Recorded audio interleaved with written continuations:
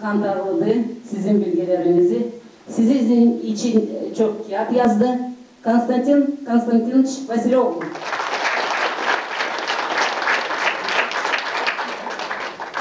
Hem de en büyük insanımız Teohani yardımcı oldu bize bu işleri hepsini meydana çıkaralım.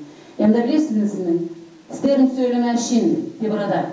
Hani bu yıl gibi ben omuz duymadım çoktan Gagavuzya'dan bu işleri aktarırken. Gagavuzya'nın genel müdürü Balova Vera Ilyinichna. Sağ olasın bizden sana. Öğrencilerden de öğreticilerden de.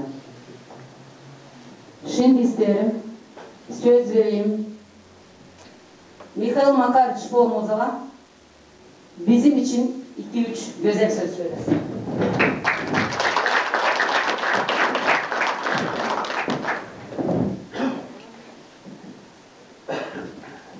Var bir güzellerimiz.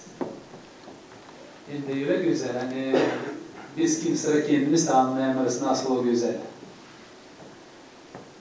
Baktık hani binlerle yıl Gagavuzlar bu dünyada korurlar kendi dilini.